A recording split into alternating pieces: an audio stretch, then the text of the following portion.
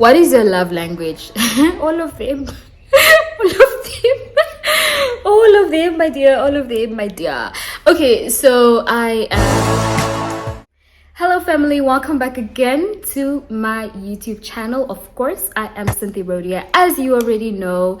Thank you for joining me yet again. I know it's been so long, but listen, the truth is I just cannot keep up. And if you remember the very first video that I did for this year, I actually did say that, you know, the content will come. It may not be weekly or bi-weekly, but the content will come, and the content is here right now. So thank you for even tuning in to watching this. Thank you for your time. I really appreciate you, all those that have been sharing my content, liking, commenting, encouraging me behind the scenes. I'm really grateful for the love, for the support, and I'm here for it, and I'm here to give it right back to you. So stay tuned for today's video.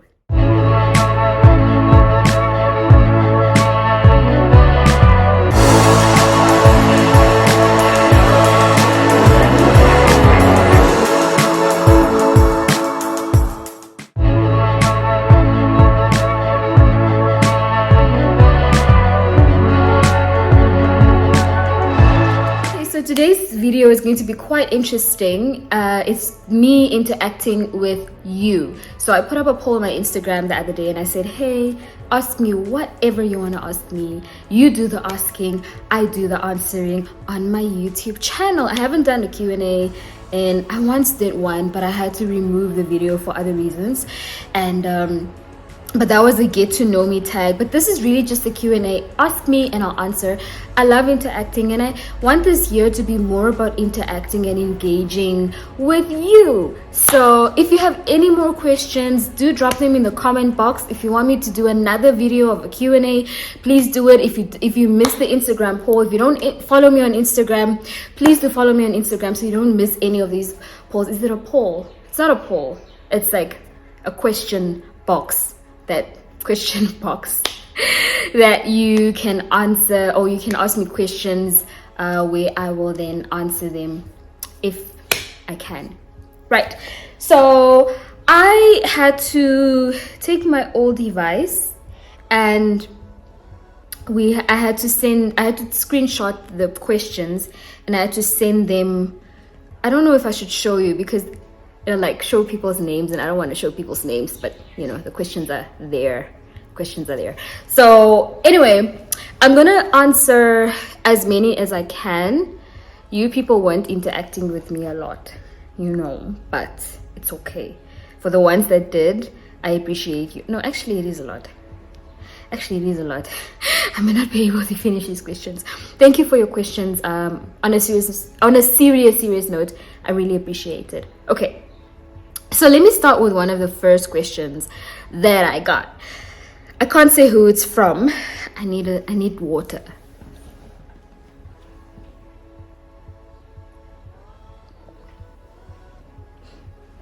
I can't say who it's from, but I do know that it's someone that I have started developing a friendship with. So I think she wanted to say, what is the most difficult thing you've experienced in marriage? Oh my gosh. Conflict resolution. We help couples a lot with conflict resolution, and we are very tested in this area. And I think in conflict resolution, the most difficult thing is forgiveness. Being able to bring yourself to a place of, I forgive this person even though they're not sorry, or even though I think the apology is shallow, or even though I was right, or whatever the case may be. I think the biggest thing was learning to forgive and to trust that they'll handle whatever situation that they need to handle, and not, you know, wanting to control how they respond to circumstances or how they handle situations. That's a very tough one. So I think that's that. Another question is, what was your most toxic trait? I don't know if I should say was or is, because I'm still working on it. I have a lot. One of them is, I don't like being criticized. I hate it. I don't like it. It makes me feel... my response to that is actually what is toxic. I know we all don't like being criticized, but my response to that, I become quite defensive. I'm working on it, and I believe I've made substantial progress. I do believe so. I've got lost born tendencies as well. So whatever I want, and I want it now, and I want it my way. Yeah, those are my toxic traits. And I think one other one is that I'm afraid to get too attached because I'm afraid of being hurt. So I pull away sometimes when I see that I might get hurt here. Even if it's not the case, I quickly pull away, and that's a toxic trait. But I think I'm working on it, and I think I'm doing okay. Okay, another question is, what is your favorite thing to do as self-care? You're so pretty. First of all, thank you so much. I'm getting all of these comments lately. So, what is your favorite thing to do as self-care? I love to rest. So self-care day for me would be wake up, obviously pray, read the Bible, thank God for giving me another day, shower, treat my face, eat my favorite food, Netflix and chill. That's it. That's my self-care. And usually with self-care, it comes at a time where I'm just emotionally drained. I don't answer phone calls, I don't reply to text messages. You'll see me the next day or in 2 days, because that's me just pouring back into myself, because I have so many interactions with people, and that's me pouring out. So self-care for me is pouring back into myself. So I either read, whatever it is that I do, I don't interact much with people. That is my self-care. And then when I'm good, I interact again. This is fun. We should do this more often. Another question is, where do you see yourself in the next 5 years? Oh my gosh. I see myself having grown my sphere of influence. So what brings me the most fulfillment is making an impact. The other day, my husband and I were joking about it, and I was like, hey, I was showing him my calendar, and I was like, hey, look how I'm booked. And he's like, oh, I see money. And I'm like, I see impact. I see an impact, and I see that. So where I see myself in 5 years, having grown my sphere of influence, even internationally, I'm so grateful that I have gotten some international clients from Botswana, from Ghana. I'm really excited about that. So I do see myself having grown internationally, all over Africa, across Africa, in terms of my the interactions that I have with people, my one-on-one coaching sessions, and my couples, and my premarital counseling. I see myself, I can't reveal the plans that I have. I will reveal them when they've matured and grown, but I'm working on, like I told you guys in the beginning of the year, I am working on something. I see myself there. Yeah, so to answer your question, I really see myself having grown in terms of my sphere of influence. And I really hope that you, the person that asked this question, supports me along the way, because I would really appreciate your support. Another question is, hi, lovely Mrs. M. If you knew then, the first year of marriage, what you know now, current year in marriage, what would you do differently and why?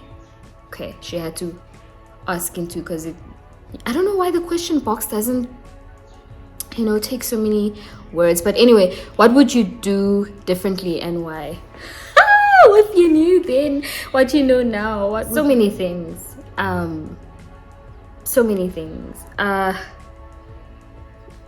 think I would have had a smaller wedding.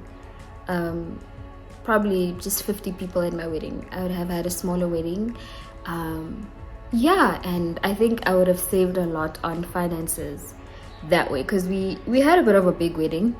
So looking back, I'm like, we could have put that money into so many other things, and we've only realized that now. We've actually only realized that even after the first year of marriage.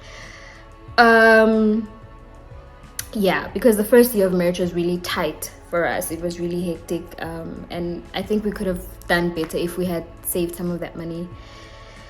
So yeah, that's what I would do differently.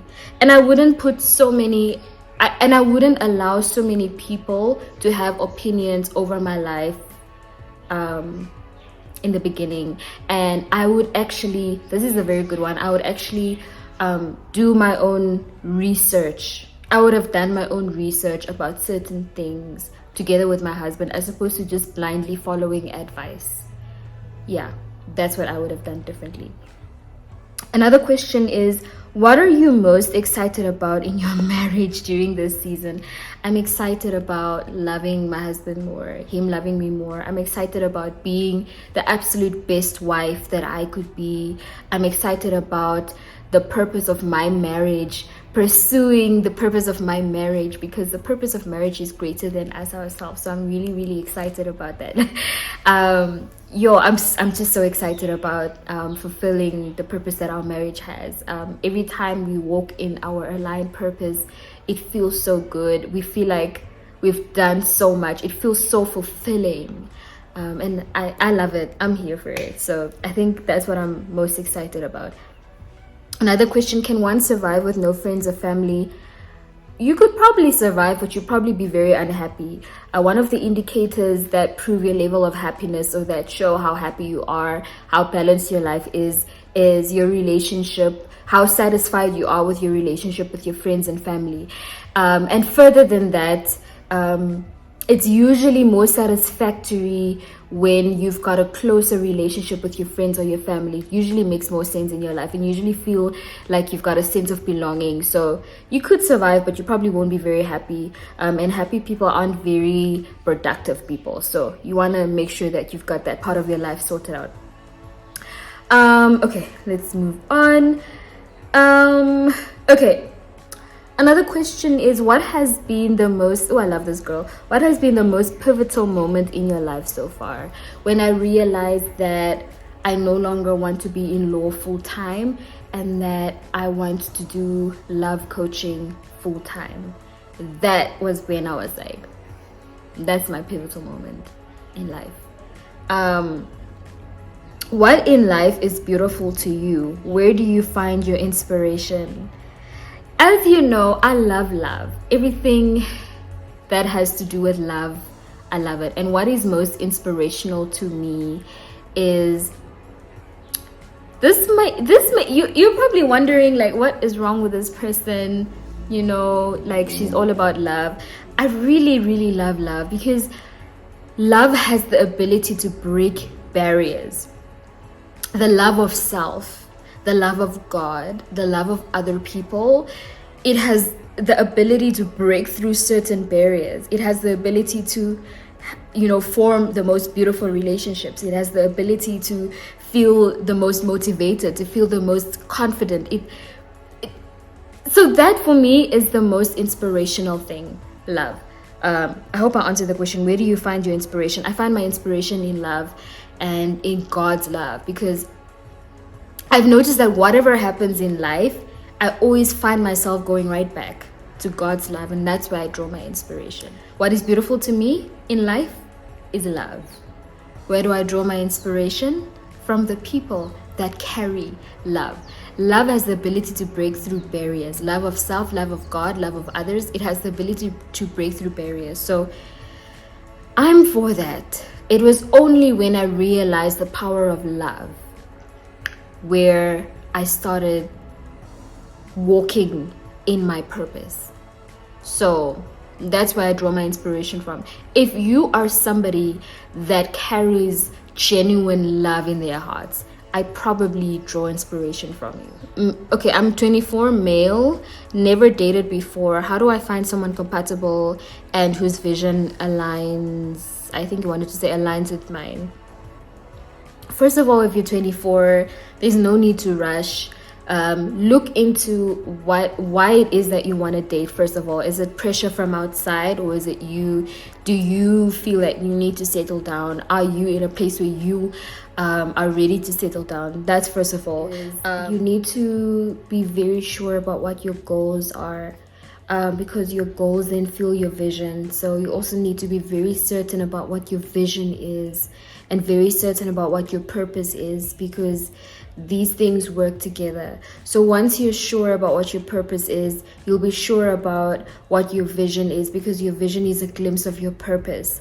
And once you're sure about what your vision is, then you'll be sure about what your goals are, because your goals will have to fuel your vision. So once you're very certain about that, find yourself in the right places. There are certain habits that you have or that you must have for you to fuel the goals that will then fuel your vision.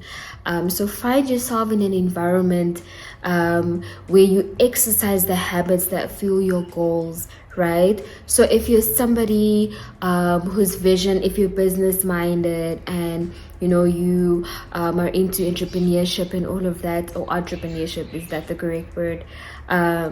You need to find yourself at business seminars, bookshops where they sell business books, interacting on social media with business people, business groups on social media, all of these things.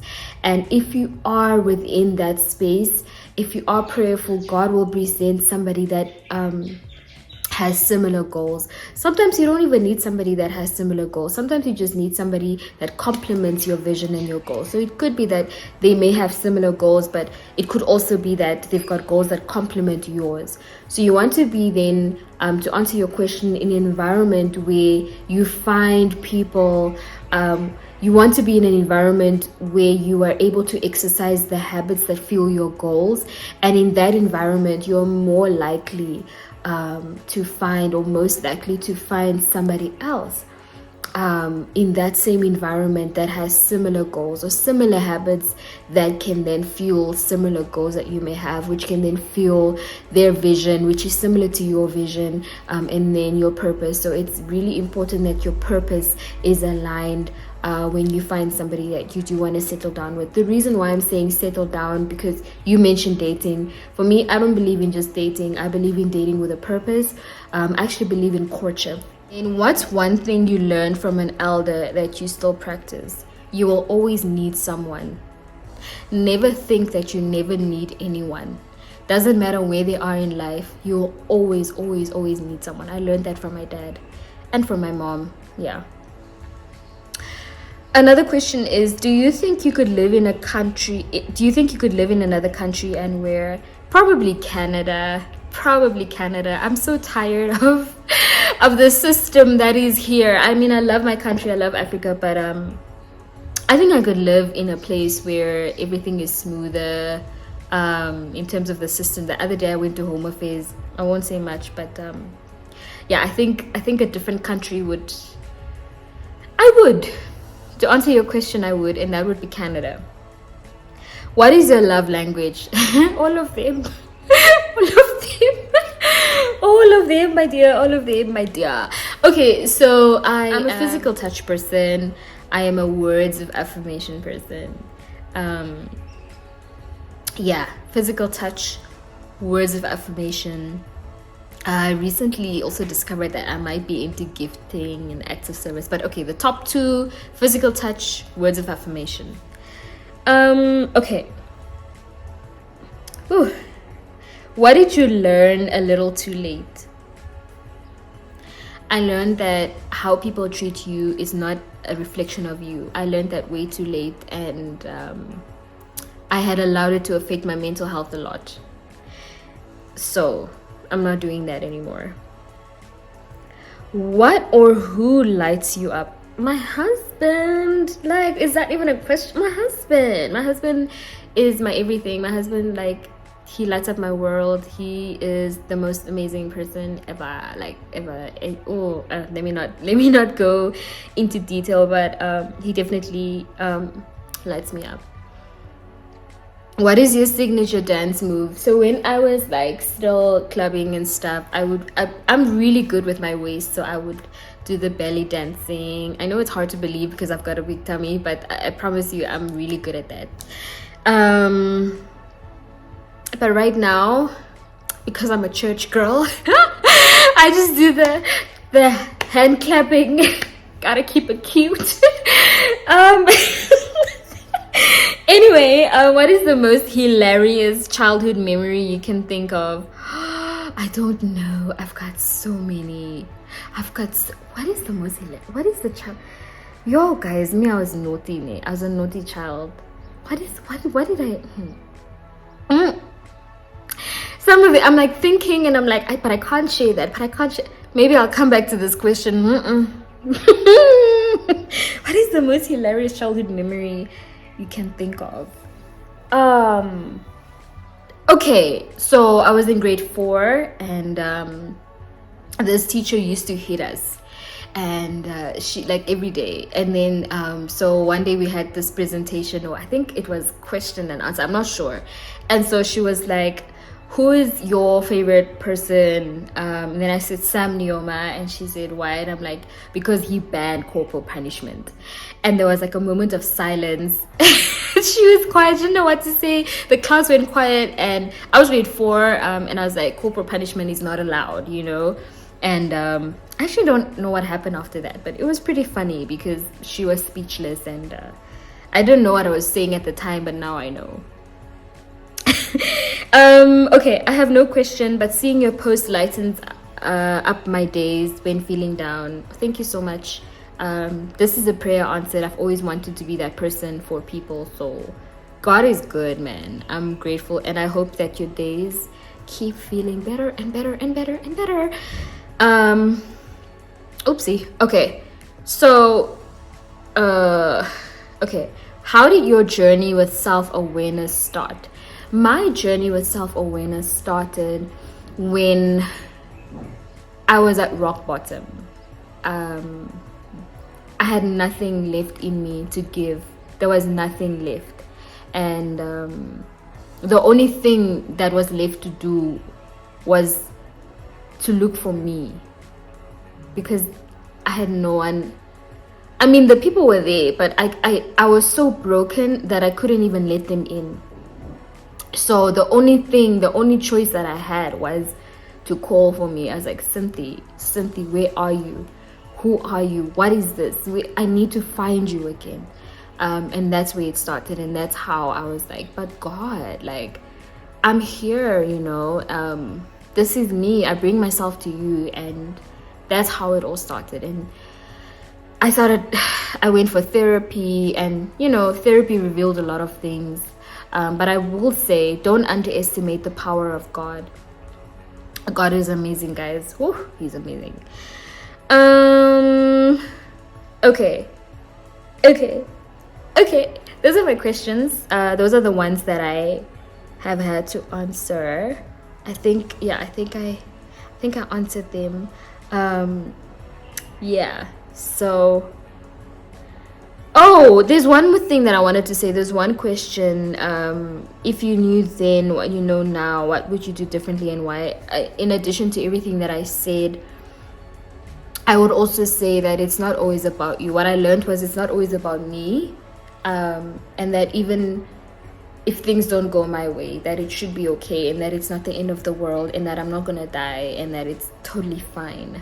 Yeah, I think that's that. So that's what I have for you today. If you've got any more questions, if you feel like I didn't answer your question or I didn't do justice, please do comment in the comment section. I mean, I really want to interact with you all more this year, so you know, let's do this thing. If you're still watching, thank you for still watching. Please remember to like, subscribe if you haven't yet, and share with your friends. Maybe somebody can be helped from this. So thank you for joining. Whew, the number blood is coming. Thank you for joining me here. It was really awesome hosting you, and I look forward to our next video. Ciao.